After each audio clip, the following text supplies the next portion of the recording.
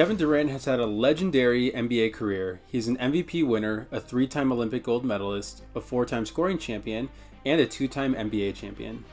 There's no doubt that he's going to be a first ballot Hall of Famer and remembered as one of the greatest players of his generation.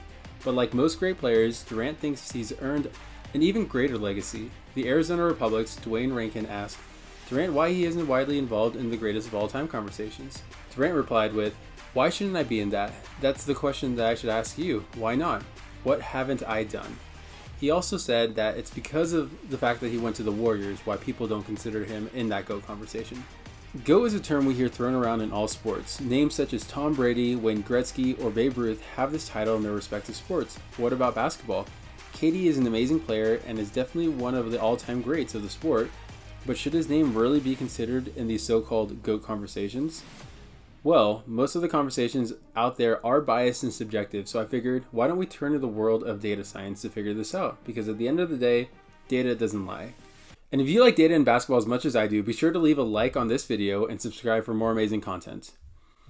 As I pondered how to approach this, I thought about which stats I would want to include in my analysis. I thought we would need a good balance of your normal NBA statistics, advanced statistics, and stats that would make someone a winner. So the stats that I came up with were the following: points per game, blocks per game, assists per game, steals per game, rebounds per game, and then for advanced stats, we're looking at PER, so player efficiency rating, true shooting percentage, offensive rating, defensive rating, offensive win shares, defensive win shares, box plus minus, win shares over 48 minutes, and VORP or value over replacement player.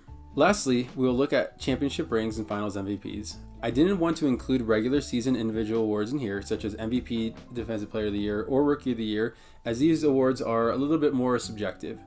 I mean, Kobe and LeBron should have a lot more MVP awards than they do, and not every player that we're going to be looking at had these awards available during their playing career. And the reason I'm including Finals MVP is because the winner of this award should have a huge impact on their team winning the NBA Finals. And don't worry, I made sure to make up for the lack of this award existing for Bill Russell. Next, when thinking about who we want to highlight in this analysis, let's take a look at some of the players that people already have in their current GOAT conversations, or some of the best to play the game. In no particular order, we're going to be looking at LeBron James, Michael Jordan, Kobe Bryant, Bill Russell, Kareem Abdul-Jabbar, Shaquille O'Neal, Wilt Chamberlain, Larry Bird, Magic Johnson, Tim Duncan, Hakeem Olajuwon, and Jerry West. So once I gathered the data on all these players, I needed to even out the categories and figure out how to best score them against their peers. I ended up creating standard deviations and assigned them to each player so we could really see how quote-unquote goatish someone was actually in each category. For those who do not know, a standard deviation is a statistical measurement to see how far above or below someone is from the mean, or like the average of the data set. So the higher the score, the more GOAT-like you are in that category. For example, when we are looking at rebounds, here are the top 5 all-time rebounds based on a per-game metric. It would be crazy to imagine someone being able to average 15 rebounds in a game today, let alone 22. So these are some of the best rebounders that have ever played the game. Now let's take a look at their standard deviations.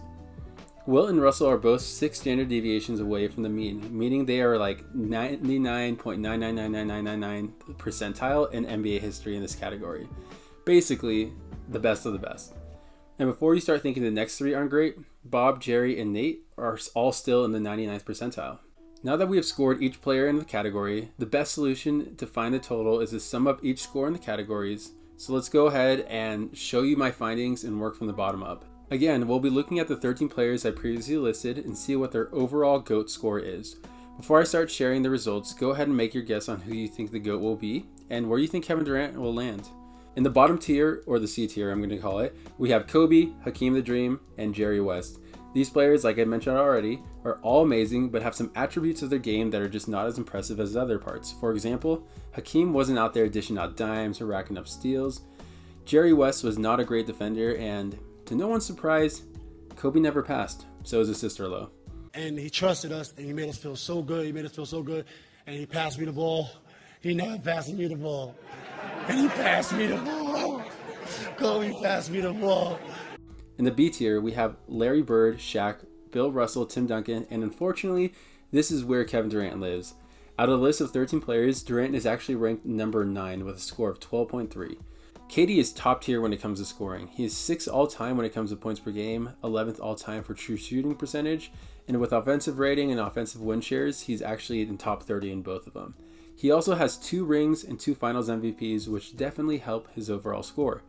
He also has one of the highest VORPs at 83.18, which puts him at 10th all-time. Having KD as an offensive weapon is nearly impossible to replace, and the impact he has on the court with his offensive skill set is astronomically better than nearly anyone who has ever touched the basketball. At the end of the day, a true GOAT isn't just known for their scoring, and when we take a look at other aspects of KD's game, there's a reason that he is far from the top.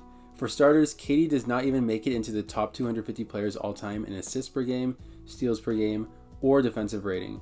In addition to this, his defensive win share is lower than the average. Honestly, it's amazing that KD has such a high score for someone who just truly only shines in both shooting and scoring. Let's compare KD to Joel Embiid. Both are top 6 in points per game all time, KD with 27.31 and Embiid with 27.88, and both are top 20 in true shooting as well. When it comes to their offensive scoring, both are dominant and both score at ease with high efficiency. But a big difference between the two is that KD has a GOAT score of 12.3, while Joel Embiid has a GOAT score of -6. Granted, Embiid does not have a ring or a finals MVP. He is also not a top 250 player in more than half of the categories. So although KD is truly only known as a shooter and scorer, he does have an impact in all aspects of the game, even if it's not as high as those other categories. Let's go ahead and speedrun and take a look at where everyone else ranks on this list. In the A tier, we have Wilt Chamberlain, Magic Johnson, Kareem, and at number 2, LeBron. And as not a shocker, the GOAT of the sport, according to our model, is Michael Jordan, with a score of 28. LeBron was close behind with 25 and Kareem with 23, but those three are ahead of the pack and the only ones who scored in the 20s. So what does this mean for KD? Is he justified to be in the GOAT conversations? Looking back at the data, only 25 players scored a positive GOAT score, out of close to 400 possible names we looked at. That puts KD in the top 94th percentile of players. Although KD makes a case for one of the best players of all time, I do not think his current play merits him as the GOAT of the sport.